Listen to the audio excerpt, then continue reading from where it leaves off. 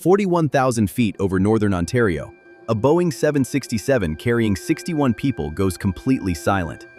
No engines, no electrical hum, no backup generator kicking in. Just the sound of air over the wings. Because for the next 17 minutes, this 200,000-pound aircraft is, for all practical purposes, a glider. And the man at the controls has never flown anything quite this big with the engines off. Because no one ever has. Air Canada Flight 143 is a routine run, Montreal to Edmonton, with a stop in Ottawa. The aircraft is CGAUN, one of Air Canada's brand new Boeing 767s, and it's not routine in one specific way. It's the airline's first aircraft built entirely around metric units.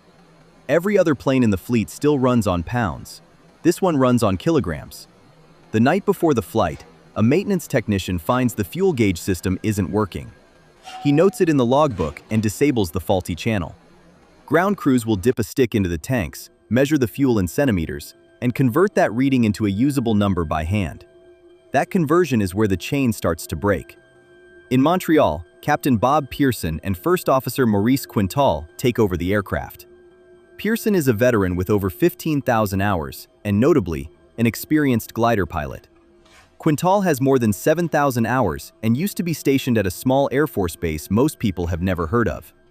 The conversion factor used to translate the fuel reading into a weight figure is the one used for pounds, not kilograms. The result? The aircraft is loaded with roughly half the fuel it needs for the trip. Every gauge, every calculation, every cross-check says the tanks are full enough. None of them are. Just after 8 in the evening, cruising at 41,000 feet over Red Lake, Ontario, a warning tone sounds. Low fuel pressure, left side. The crew assumes a pump has failed. Seconds later, the same warning sounds for the right side. This time it's not a pump. The left engine flames out. Then a sound none of them recognize fills the cockpit. A sharp, deliberate tone the manual calls the all engines out warning. Seconds later, the right engine quits.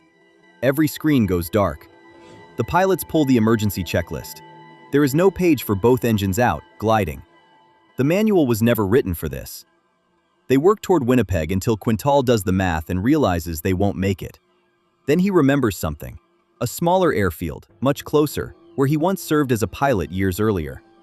A decommissioned Royal Canadian Air Force base near the town of Gimli, Manitoba. What neither of them knows, that runway isn't an airfield anymore. It's been converted into a drag strip. And today is race day. With no engines and severely limited instruments, Pearson flies the 767 the way he flies his gliders, managing speed and descent by feel. He settles on roughly 220 knots, his best estimate for maximum glide distance.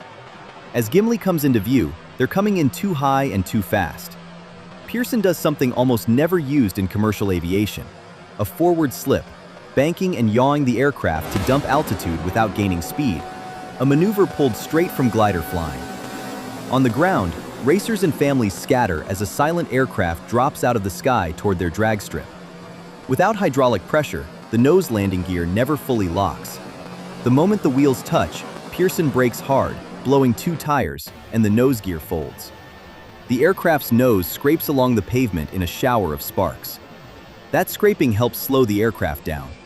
A guardrail running down the center of the old runway catches the main landing gear and brings Flight 143 to a stop, just short of the crowd.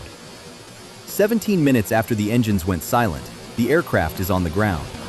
All 61 passengers and crew walk away. The investigation that follows doesn't single out one bad decision. It points to a system.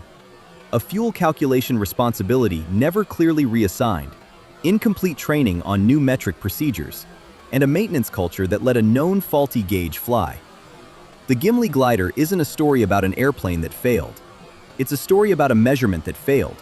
One quiet unit conversion error stopped only by a pilot who happened to fly gliders on weekends, and a co-pilot who happened to remember an old runway nobody else thought to use.